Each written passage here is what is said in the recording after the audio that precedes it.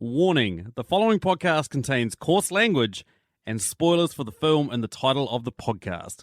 Now playing movie reviews in 20 Qs.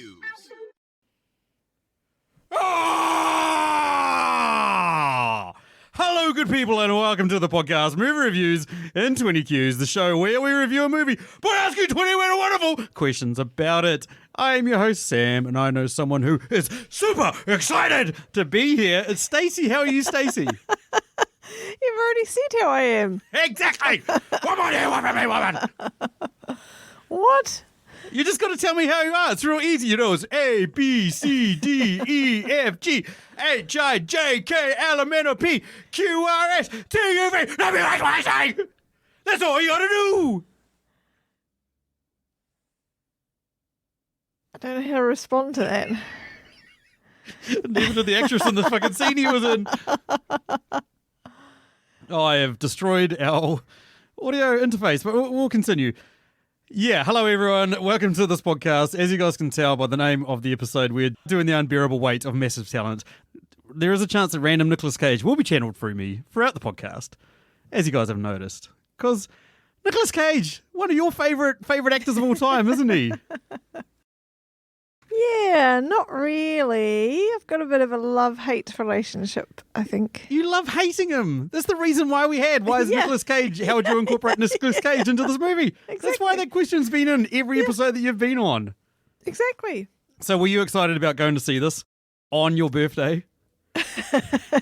No. Were you excited that one of the few times we had child-free date, you know, I said to you, hey, I've got tickets to a special preview screening. You said, what is it? And I was like, best I don't tell you. Yes, look, to be honest, from the first moment I heard about this movie, that it was being made when you told me about it, to say I was slightly skeptical is an understatement. Okay, so fast forward to 5:45 p.m. on your birthday, walking out of the cinema. What did you turn and say to me? And don't you dare start lying to the listeners. I said, that was actually really good. Said the same thing after The Rock and after Con Air. I feel like we've whittled you down a little bit. Yeah, I think you are breaking me a bit. Oh, I've definitely broken you.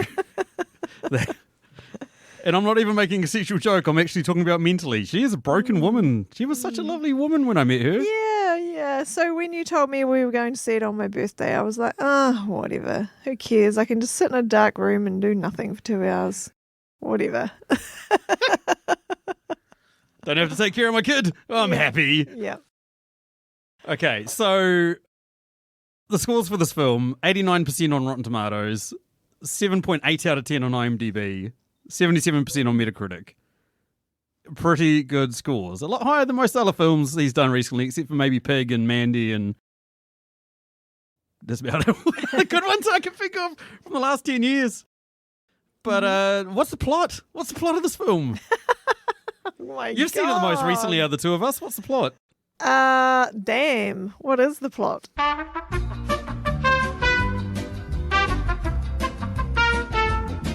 Okay. Are you fucking serious? This is...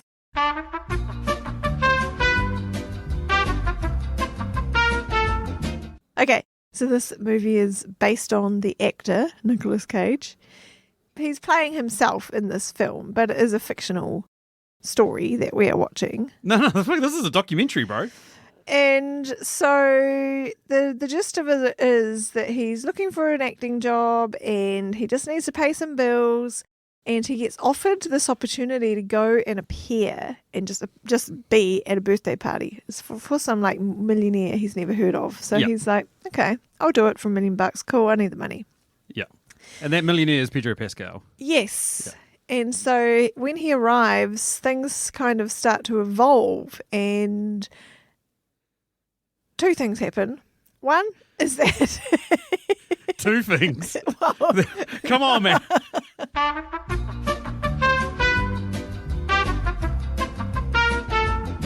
Okay, lots of things happen, but there are two kind of threads. One is that he develops a friendship with, what's the guy's name? Pedro Pascal. Yeah, but what's his character? I don't know. Oh, whatever. Yeah, Pedro's character. Top quality podcasting. The millionaire. And they develop a friendship. They like the same movies, and he finds out that Pedro is writing a screenplay. So, and so they go on that journey. But at the same time, Nicolas Cage is contacted by the CIA to help them be an agent and collect information about Pedro because he is one of the top, He's mafia dudes. Fuck, I'm going to insert the in a lot of this.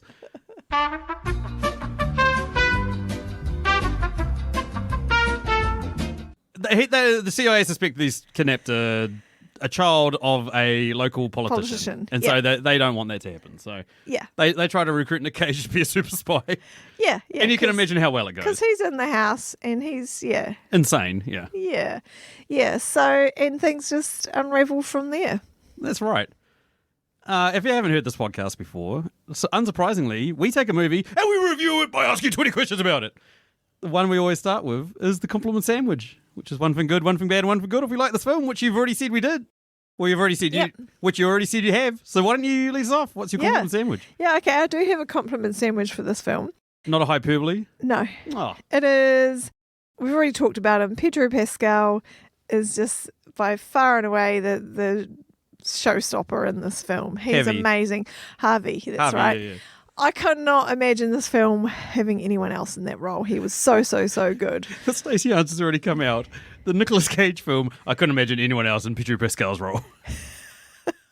What? Most people say I couldn't imagine Nicolas Cage in Nicolas Cage's role, but interesting. Continue. Go he was perfect. And Sharon Horgan is Nicolas Cage's ex-wife. Good, eh? Oh God, she's a cool actress, and she just brought it down to the right level, like that this film needed to be on. So that's my first compliment: is the supporting acting was phenomenal. Mm-hmm.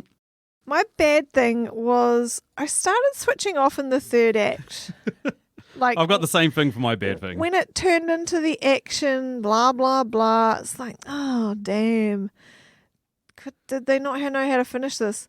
Maybe that was the best way to finish it. I don't know. But for me, I found the first and second act far more intriguing. Listeners, when we were driving home, I said to Stacey, I was like, that third act action was a bit boring. And she was like, really? You thought that? And now you've thrown that out there as your bad thing, which I find quite curious. I'm surprised that you didn't enjoy the action element of the movie. Yeah, it was kind of poorly shot and nonsensical and stuff like that. You appreciate a level of nonsense when it comes to Nicolas Cage, but when it's like when they've got a guy dead to rights and they can just shoot him in the face, and the guy's a stone cold murderer, but then they just run away and leave him alive so that he can chase him in cars. You're like, what? Yeah. There was parts like that you're like, But that made it more realistic because these are just civilians, right? They're not used to killing people and pretty stuff like sure that. Nicolas Cage is not a civilian nor human. So he is the one true God, as he is known on Reddit. That's interesting. And my final good thing is autocorrect has stuffed up my answer. Top quality podcasting. Blaming it on autocorrect. Okay, so I think that my major concern coming into this, and I think everybody who, before they see this film, is what is the story going to be? Yeah, especially because when it first got floated, it was supposed to be he's trying to get into a Quentin Tarantino movie. Like, that's all we knew. And that's the first 2 minutes, is him not getting into Tarantino, but trying to get into a well-known director's, up-and-coming, successful artistic director. Yeah, totally. And then after that, it's fucking bonkers. Yeah, so I think that I was genuinely surprised that the story was really interesting and they got the right balance of satire, is that the right description of taking the piss out of Nicolas Cage as a person. Meta-comedy, yeah. Yeah, the meta-comedy and the drama and story of this movie itself. Yeah. So my final good thing was the same thing. Like, it's so self-aware to the point it's like a little bit beats you over the head, but because it's Nicolas Cage and he's a walking meme himself, you can take it that way. Any other actor who's playing a version of himself, you'd be like, Yeah. I mean, as much as I love This Is the End, where you've got 5 actors all playing themselves, like Jonah Hill and that, but they're playing like obscure, weird versions of this. In some ways, this feels like a genuine Nicolas Cage. Yeah, it does, eh? It feels very subdued compared to like every character he's ever played before. That being said, he does play two characters in this film, and the other one is definitely not subdued. Yes, It's that's an true. egotistical version, but we've got a question on that later. So yeah, that was my one. Like, I loved how self-aware it was. Like, one of my favourite parts was a subtle joke where he was giving away his belt buckle at the end, and it's a tarantula, and they said, "Why'd you go with the tarantula?" And he said, "My, guy wanted to go with the scorpion, but I thought that was too aggressive." And then he said the bees, and I was like, "No, not the bees." And I was like, Yeah. oh, that's so good. It's Yeah. so good. Yeah. And then even when he sees his mannequin and his face, like in the reflection of the mannequin, sort of like Yeah. goes onto his face, sort of Yeah. face off. I love that. And just the way he's, pokes fun at himself. Like, he's like, despite what you heard, I don't take every role that's offered to me. Yeah. Which I thought was really awesome. And you had my bad thing. And the first thing, genuinely funny. Yeah. Listeners, if you go to a movie with Stacey and she doesn't laugh the whole time, it's either she hates it or she loves it. You never know. But when she laughs like about 25 times, like almost falls out of her seat laughing, you suspect, maybe she's had a bit too much wine to drink at lunchtime or something, and she's really having Or a good time. maybe I'm just enjoying a movie. Maybe she's actually enjoying a movie. Oh, such a cynical view. Yeah, maybe I don't have a heart of stone. Maybe. Anyway, so yeah, scores out of 10,000. Out of 10,000 tarantula belt buckles. Oh, God. I am going with 8,122. God! Okay, I'm going to go with 8,512. I really enjoyed it. Yeah, same. I really enjoyed it. Like, 15% of the end of the film was pretty average, and so that's what's dragged it down. Yeah. That's the best way to describe it. For a long time there, I was like, this is probably one of the best movies I've seen in a long time. Because it's fun Yeah, exactly. Yeah. and Similar to lighthearted. Everything, Everywhere, All at Once, which I gave a hyperbole. It is. Yeah. It's fun. It's lighthearted. It's all over the Yeah. place. It's Yeah. like, it's creative, filmmaking. It's bold. It's innovative. Yeah. It's, it's just insane. So, Yeah, Yeah. totally. okay, quick fire round. How would you incorporate Nicolis Cage into this film? He needed another alter ego similar to Correct. his Vampire's Kiss character. It's more crazy. A crazy alter ego. I actually went the other way because we had the egotistical version of him that talks to him occasionally. So I went the other way, and I imagined himself as quite a refined gentleman giving himself an Oscar at the Oscars. Like, as a part of meta-ness that they go, he's up there Yeah. presenting Best Actor, and he reads out, and he's like, "Oh, turns out I'm nominated. Here you go." And then you see him get out of the audience. He's like, "Oh, thank you, everyone. Hi, thank you." And just Yeah. walking up to the Oscars, and then we just cut back to him in the movie theater, and he's just, it's his ego taken over, but he's gone over to the artistic ego side of I'm the man, I deserve this, or that sort of shit. So, Yeah. Yeah. what was the most insane leap of logic in this film? I'm just going to jump in ahead of you. That the CIA was this useless. You know? Yeah. Like, That he was their only hope. he was the only hope, but the other thing that there's only two of us, or, get to this building if you can. By the way, they had entire conversations recorded. They were fucking useless. Yeah, they've got severe resourcing restrictions. It just doesn't make any sense, does it? Could you imagine being one of the higher ups there and they report back and say, "Hey, by the way, we've recruited Nicolis Cage to do a mission for you"? Be like, that's probably why they got no support, is the higher ups are like, "Okay, these two fuckers have had too much sangria and have lost the plot." Yeah, they're fired if they don't get killed. My one was a bit weird. Are you kidding? That's not like you. For me, it was that his wife and daughter got flown out. Like, That made sense. Harvey was a good guy. He was a good guy. and he's like, "Oh, Nick's upset. Oh, we'll fly out his daughter and wife and they can reconcile." It's like, what? I mean, No. I was there with you. I was like, there's no way these two would come out there. But the way Exactly. that he framed it to them of he's dying. It was almost like you'd go, if you and Oh, yeah, sure. Yeah. I can understand why they went, but the fact that Harvey did that is kind of a little bit psychotic. oh, fuck it. So therefore insane. Yeah. Oh, yeah. Absolutely. Final one. What minor change would you make to this film to make it spectacular or spectacularly awful? Well, it just definitely needed a helicopter scene in the third Fuck's act. sake. I should have known. Stacey loves helicopter That scenes. just would have lifted the whole thing, right? What if Nicolis Cage had gone to space in a helicopter? can go to space in helicopter. Hey, on our 200th episode, I brought that up and said maybe that's the new genre movie that we need, helicopter space No, movies. space would have just made this whole movie like way too wacky and corny. I need you to watch Fast and the Furious 9. I really do. No, thank you. Yeah, fair enough. That's what I'd say as well if I was you. The one for me is that the director at the start that he like pitches a scene at, like they sit down, they have a bit of a chat and all that sort of stuff. It was just a no-name actor, as far as I'm aware. Like, imagine if that was Damien Chazelle. Yeah, that would have spiced things up. Like, Quentin Tarantino would have been obvious, but like Damien Chazelle, like an up-and-coming Barry Jenkins, like some sort of up-and-coming Denis Villeneuve, someone like that. Yeah, you would have gone, oh, whoa, this movie's serious. It's full of cameos. Yeah. Yep. Anywho, moves us over to our Patreon questions. What movie would you pair with this as a double feature? Stacey. I'm pretending like we've got other people here I'm asking questions of. Stacey. Okay, this is a tough one for me, but one of the overarching positive elements of the film was the scenery and the location. Beautiful. Where were they? I don't know. Spain. Beautiful. And I just thought, I just want to watch another movie with beautiful scenery in it. And one I watched earlier this year, different genre, but The Lost Daughter. Beautiful scenery. And I think it would make a great double feature. The best part is this is Emily Higgins' question, in which she compares two films, one that's, doesn't get the love it deserves and one that she thinks is overrated. She'd probably put those two films together.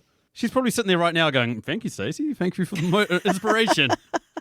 Yeah, very tenuous thread there, but it works for me. I would have gone with Pig. Pig is like completely different, but after that, you'd be like, Cage is back. We're having a Cage-assance. I don't know what you call it, but he's back. He's fucking back. Not that he ever left. Yes, not that he ever left. No. Next question, also a Patreon question, comes courtesy of our mate Nick Haskins of Nikolis Kitchen, also of Livestream for The Cure, which is an awesome event, guys. A whole bunch of podcasters and other people from around the world get behind this, try to raise a shit ton of money for cancer research. I think we're going for 30 grand this year. We managed to top 20, I think, last year. It's an awesome event, Stace. Fucking awesome. Yeah, it's fantastic. It's so much fun to be part of and just such a good cause. We absolutely love it. And we are going to be on the Saturday night, 7 p.m. Eastern Standard Time in America on May 21st. So we've got one of the primetime slots. Woohoo! While everyone's having dinner and shit, they're going to tune in to watch us be fucking morons. Or just put on a really good show. Yeah, I mean, it's going to be a really good show, but we, tune in, laugh at us. For those playing at home, it's Sunday, the May 22nd at 11 a.m. So we'll be on for an hour. I don't know what sort of questions we're going to do. I was going to put a Twitter poll out there of what do you want from us? Like, do you want funny questions? Do you want abstract questions? Do you want really weird questions? Do you want highly sexual questions? Because I could just get Machu to write 20 up for us and that'd be easy, Yeah. It's a tough call. It is. Probably won't see Stacey because she'll be taking care of the kid, but there would definitely be me and Liz and who knows, maybe a special guest, maybe not. We'll see. Anyway, there's a promo at the end, but put that in your diaries. Saturday, May 21st, 7 p.m. Eastern Time in America, which is Sunday, 22nd of May, 11 a.m. for New Zealand. And if you're an Aussie, that's 8 a.m. or something like that. I don't know. Fuck, whatever. Maths is hard, guys. Work it out yourselves. What's his question, Stace? Nick would like to know, Sam, what type of meal is this movie? Nick would like to know Sam. Yes, he would. He's told me that many times late at night. But the type of meal this movie is tapas. Spanish. It's got a little bit of everything in there for you. You can taste little sweet, tasty morsels. Some of it's fucking crazy, and some of it is really cool and fun and enjoyable. Yeah, I can't. That's such a good answer. I'm going to take that and twist it slightly. Hey! My answer is it was kind of comfort food, but in the form of fine dining degustation format. So, you could take one of those tapas and just serve it in a really fine dining, really high quality format. Yes. But underneath it all, it's still fried chicken. At any point in your life, did you think you'd be referring to a Nicolas Cage film as fine dining? Fine dining fried chicken. Yeah. Still fine dining. It's fine dining. It's just your maitre d's a fucking nut job. Yeah. Excuse me, sir. I ordered the tuna and you've brought me a boiled shoe. Next question. What was the biggest dick move in this film?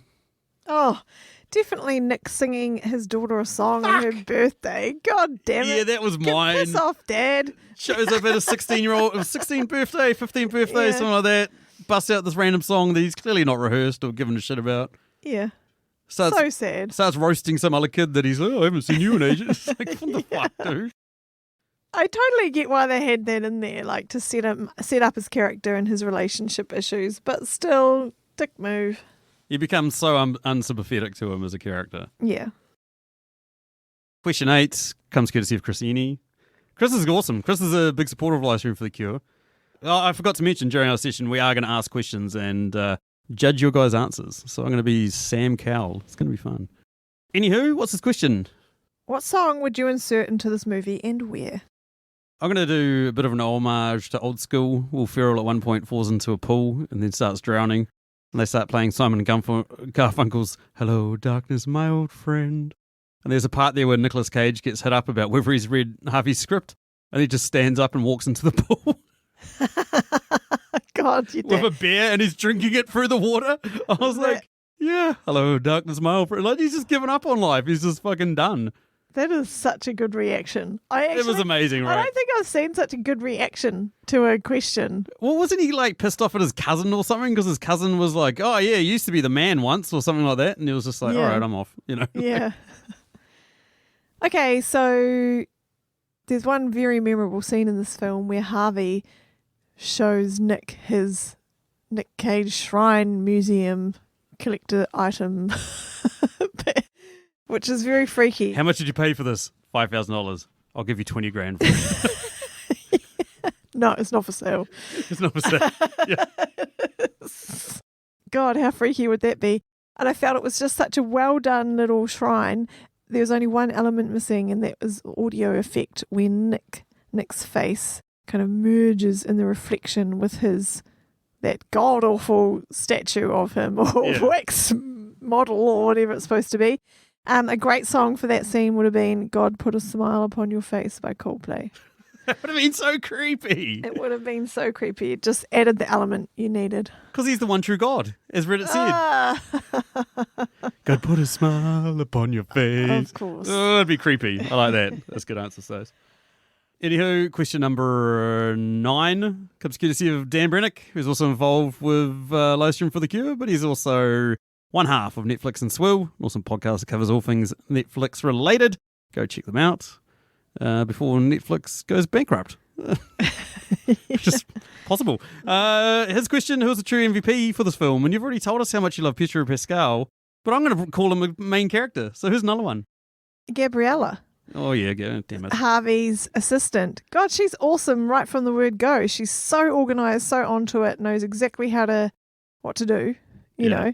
And she gets in there and she's like saying, hey, Nick, have you read the screenplay? He's really excited about it. You know, Gets him up, gets him around. Gets him up. He's like, you can't be hungover. You're going out. You're going for dinner or whatever.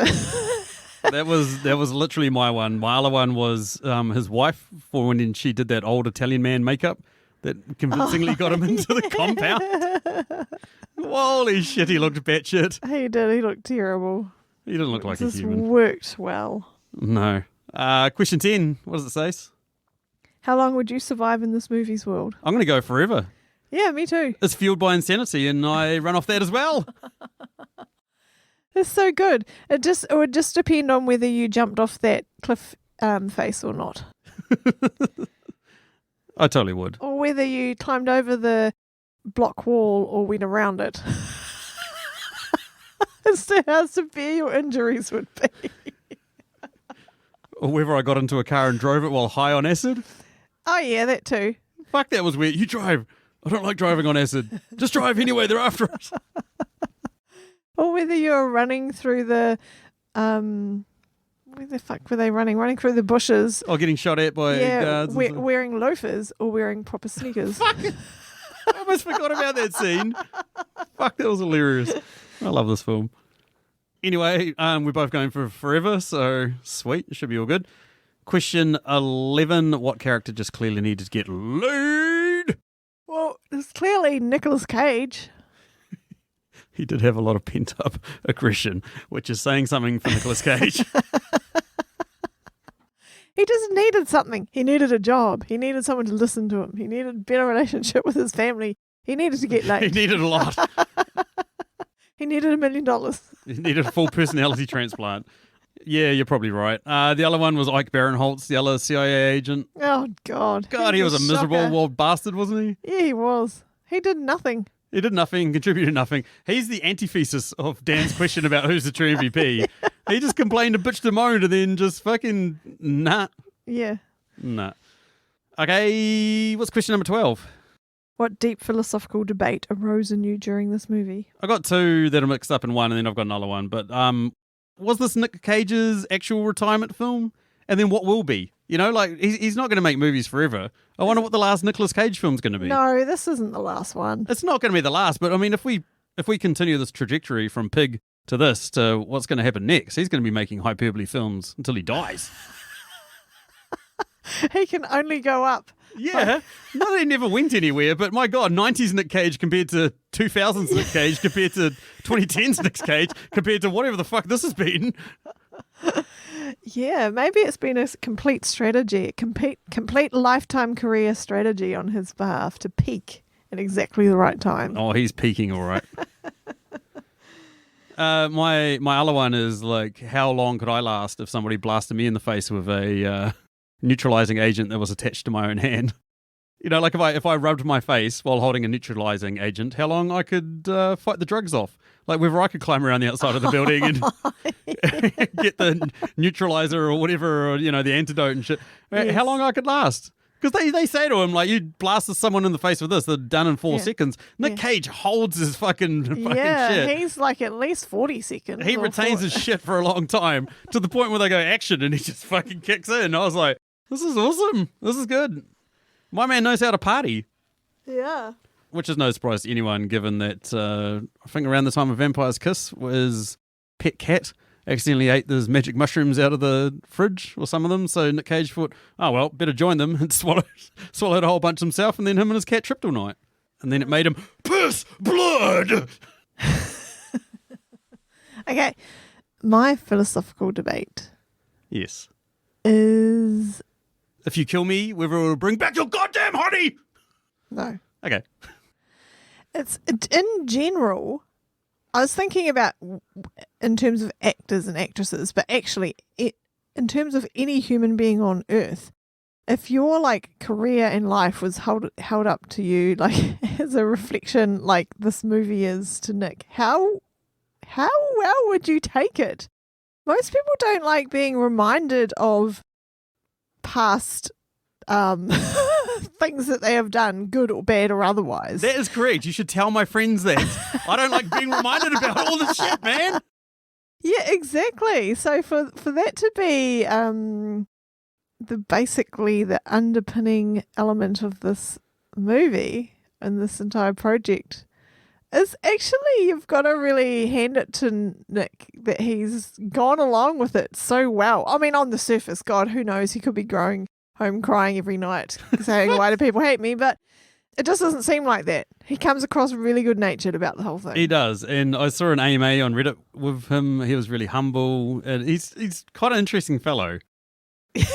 You know, like he's almost like he's gone to the brink and he's come back again. He's come back to tell us what it's like, sort of thing. Whereas like other actors like Gary Busey have just gone so far over the edge that you're like, what the fuck? Wouldn't want to be alone in a room with you, you know? Yeah, exactly. So that was my debate. That's a good one. Question 13, a new addition to the podcast. What's something that happened in this film or that the characters did in this film that you would look at and just go, nah, fuck that? Well, if I was approached by the CIA under any circumstances, I would just immediately go, no, I'm out. See ya, Harvey, bye. Oh, I gotta go. You're like that with like any government organisation. The tax office called up the other day and go, where's Stacey? I was like, I don't know. She just disappeared. She's wanted in over 57 different countries for tax evasion. And so, yeah, I'd be out pretty early. There'd be no movie. Yeah. There's a few. Taking acid and then driving a car was fucking up there. The jumping over the cliff's edge into the water. No, I don't see. I remember watching that. You didn't know that you were jumping that far. Well, that's the thing. Like, you didn't know where you were jumping. The fact he jumped over the edge, it could have been a 20-meter drop into fucking like concrete. Yeah, he didn't know. Could have been. But the one for me, like, I don't like massages too much, and certainly the Russian massage that they get where they just whack you with leaves and shit. Fuck that. They just whack you with leaves, okay? So it's not leaves and shit, although I don't know. There might be bird shit on there, but it's like they just whack you with leaves repetitively. It doesn't look fun. So you would have been out before I was out. I know. I would have continued on, but I just but you would have I wouldn't have gone to that massage, no. Anywho, moves us over to our personal questions. Not going to lie, I've got about 1 million.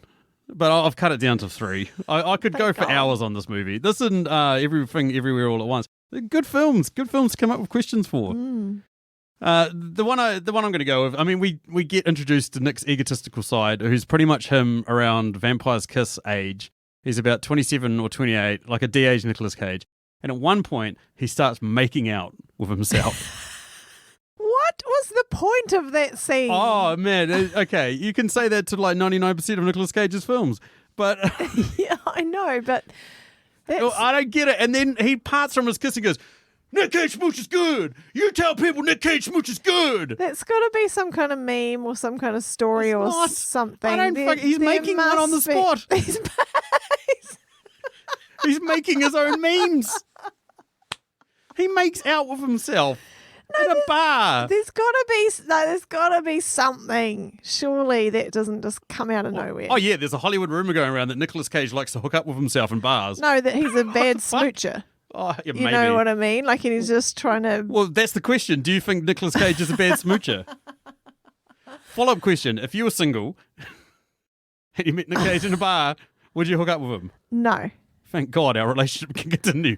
No. No, it can't actually. No, wrong answer. What? Nic Cage smooch is good. You've got to hook up with Nic Cage.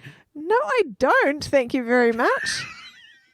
I can't believe you don't want to. He's a famous Hollywood actor. He's won an Oscar for a film that we covered. Oh, fuck knows how we won that one, but so I no. That's all. I would take his face off with my smooching abilities. God. You can have him. Gladly. Next question. Could the premise of this film ever work for any other actor or actress? Because, this is The End is a great example where they had to play hyper-realistic versions of themselves in a lot of ways. Well, Seth Rogen and Jay Baruchel were, kind of normal. But could you imagine another actor or actress in this? Yes. Who? My initial answer was no, but I have been thinking about it. And Tom Cruise. Yeah, but he's... no.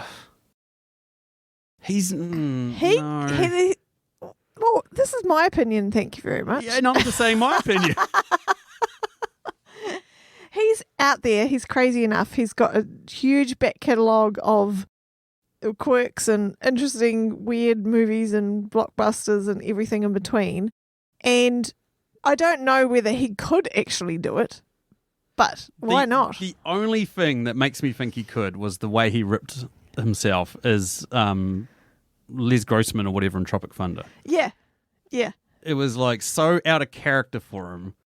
But like, could you imagine if they go, okay, Tom, in this next scene, we thought it'd be really funny if you get pissed off that you don't get a role, so you jump on a couch and you start jumping up and down? He'd be like, no. Okay, we need you to do this. Like, we need you to take the piss out of the fact that you're a Scientologist. Nah. He'd be too no to everything. I started thinking about this and I was like Amy Schumer. And I was like, it would be terrible. It would be nominated for a Razzie. And then I was like, Adam Sandler. And then I was like, Adam Sandler could work because he's so fucking terrible now that he kind of played a version of himself in Funny People, which is probably the last Adam Sandler movie that was like okay to watch. And he played like an arsehole version of himself because you need someone like that. Like Tom Cruise is right. Like he's probably the closest you've got to another walking meme. Yeah, like Nicolas Cage. Yeah. I thought Keanu Reeves, and then I thought like Keanu's too dramatic. What's going to be the story? Like Keanu gets himself kidnapped, his dog gets murdered. You know what I mean? It's like, and he goes John Wick. Like that's not going to work. The only, though, do you remember that Ali Wong movie that we watched? Yep. And Keanu Reeves showed up as that, and as a version of himself, and he's like he's a raging psychopath, and then he's just nuts. Like, he's absolutely insane. So maybe, I don't know. Fuck, who knows?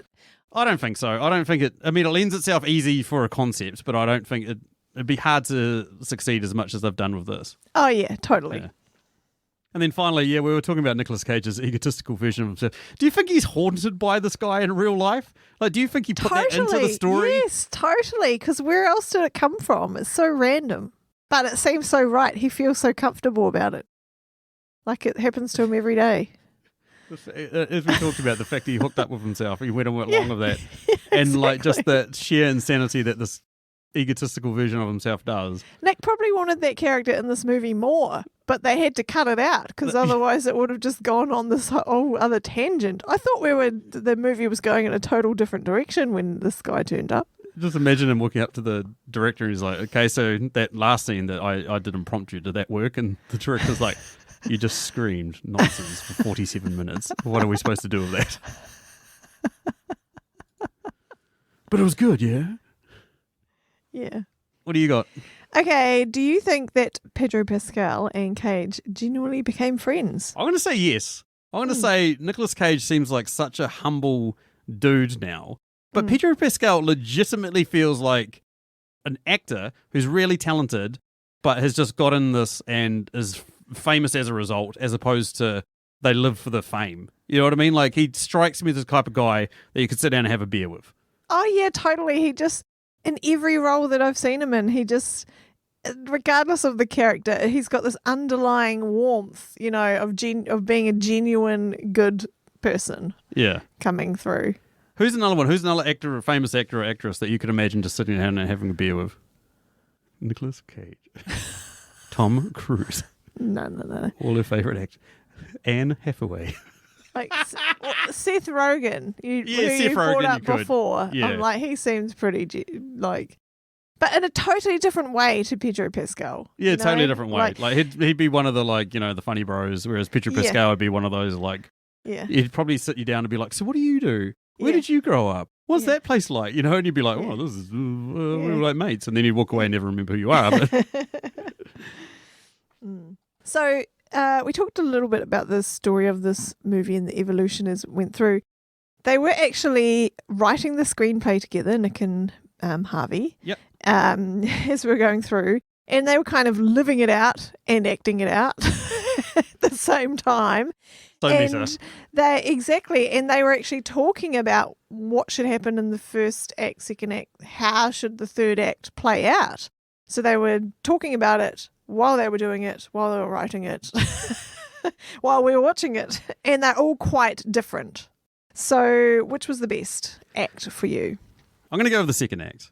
And it's fairly obvious. I mean, second act is often, I'd say for most movies, is usually the strongest because first act you introduce the characters, second act you put them through some stuff, and then third act you just swallow it all up into a conclusion. Yeah. So for horror films and stuff like that, you get this like really tense build up in the second act, and you know, for like action films, you get the main hero and the villain meeting for the first time, and then they get split up on that sort of shit, and it's usually way more intense, way more impactful. And so it's the same in this film as well. Like we talked about, the third act isn't that good. I loved the first act. I loved how it started off with him screaming, but then he just became this sad sack of a person that you're like, oh God. And then when he started going for his redemption, you're like, this is cool. This is awesome. Yeah.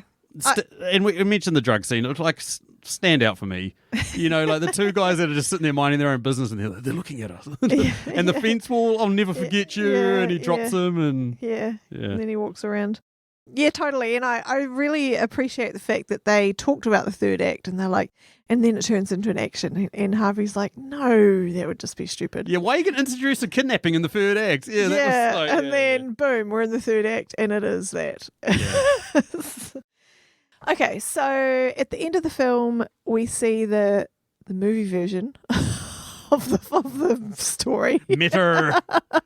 movie on movie. Yeah.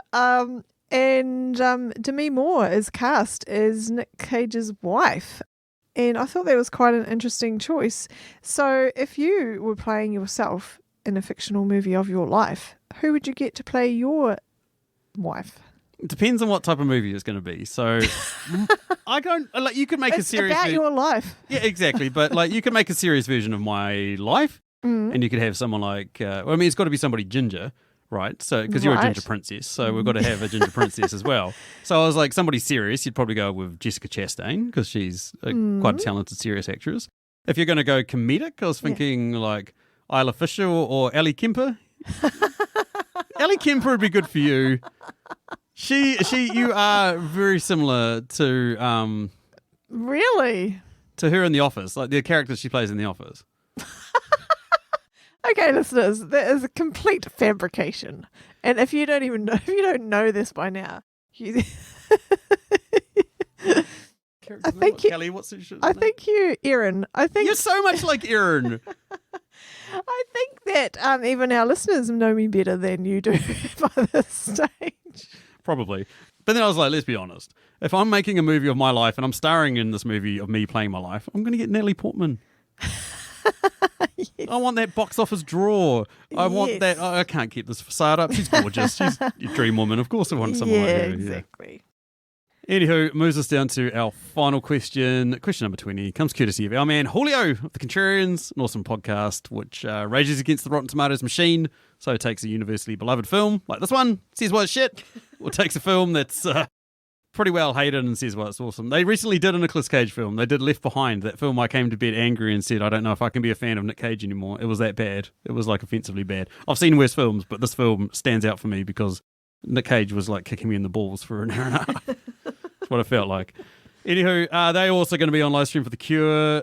They I tried to tee it up so that we are pretty close to each other, and I'm pretty sure they go from 5 till 6 on that date, and then Sweet. And then we've got our mate Ashley of Rabbit Ears between 6 till 7, Yep. and then with us from 7 till 8. Awesome. And then What an our awesome lovely friend lineup. Heather, she's after us, fella Kiwi. Oh, nice. Cool, eh? Yeah. Yeah. Anywho, Julio's question: what was your most controversial opinion about this film? I don't have one. That is quite controversial. I know, you're probably expecting me to. No, I wasn't. I Say wasn't really expecting something. anything from you. Yeah, good. I feel like someone should have died. They did, the CIA agents died, didn't they? Oh, yeah, no, but like someone of note. Like maybe not his daughter or his wife or him, or maybe Pedro Pascal or his missus went out in a blaze of glory and the movie was dedicated to... No, that would be depressing as fuck. That was about it. That was the only thing I could think of was, maybe a bit more emotional weight to this film. But no, it would ruin it. I've just answered the question, how would I have made this spectacularly bad? It's by adding some emotional weight to this film that we don't really want to see in it. Yeah, exactly. And I think the fact that we can't even think of a controversial opinion, that is controversial in itself, because we should have had something coming out of this film, but the fact that we don't, it just tells you how good it is, really. Yeah. Amazing, right? Yeah. We're going to have to really start picking holes here to come up with something. We are. Anyway, yeah, that's the end of our podcast. Did you think you'd ever be on here talking such positive stuff about a Nicolas Cage film? No, never in a million years. If you had told me in our first episode of this, I would have said no. If you had told me when you told me that this movie was being made, I would have said no. If you had told me when I sat down in my very comfortable recliner seat at the film watching it, I would have said no. So I am highly surprised, to say the least. So was I, because Nicolas Cage films, you never know what you're going to get. Like sometimes you get films like this, or just like pure cinematic gold, like I think this is Con Air or The Rock or Wicker Man or Ghost Rider 2. And then you get shit like fucking Left Behind and really shitty films. Like we even mentioned Leaving Las Vegas. You just never know. And you watch it because of that. I think isn't this the Nic Cage film we've all been waiting for? Oh, fuck, I know I have. I know our good friend Steve from Everything I Learned from Movies definitely would have been as well. Yeah. It's so good. Anywho, that does take us down to the end. Now, we are finally going to do Terminator 2. We've mentioned it for the last 17 podcasts, it feels like. But people got COVIDed and, other reasons for why we haven't done it. But we're going to do it. We're going to do it. We're finally going to do it. That's going to be next week's episode. And then there are a couple of other movies coming up that we're going to have to do, which is Doctor Strange Into the Multiverse of Madness. Spanky will be back, and he's going to do an episode, and can't wait. We'll have the original 3 back. Maybe. Anyway, if you'd like to get a hold of us, you can find us on Twitter at Movie Reviews In, or you can send us an email at mritqs@gmail.com, or you can find us on Facebook and Instagram at just Movie Reviews and 20Qs. Come along, tell us what you like, tell us if we're wrong, tell us if we're right. Most people tell us we're wrong, so it's okay if you want to as well. Yeah. Anywho, yeah, that's thanks from me. Thanks. Bye. Hello, everyone. My name is Nick. I'm the host of Nikolis Kitchen, and I'm also the host of the annual Live Stream for the Cure. Live Stream for the Cure is a charity event where we raise money with content creators and podcast partners from around the world for the Cancer Research Institute, a wonderful nonprofit researching cancer immunotherapy, training the body's immune system to fight all forms of cancer. This is a mission and a future that I truly believe in. And myself and my team worked tirelessly over the past 5 years to raise over $50,000 for this cause. This year, we're aiming for our biggest single goal to date of $20,000, and we cannot do it without your help. Please join us for the event May 19th through the 21st, starting at 9 a.m. Eastern, for 45 hours of content from people all over the world. Together, we can bring hope for a future immune to cancer. The more eyes we reach, the more dollars we raise. Please help us in making this goal a reality. Together, we can make a difference.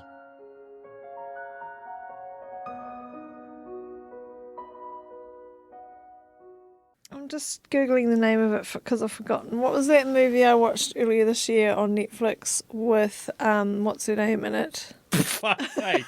How the hell am I going to guess that? Top quality podcasting. Yes.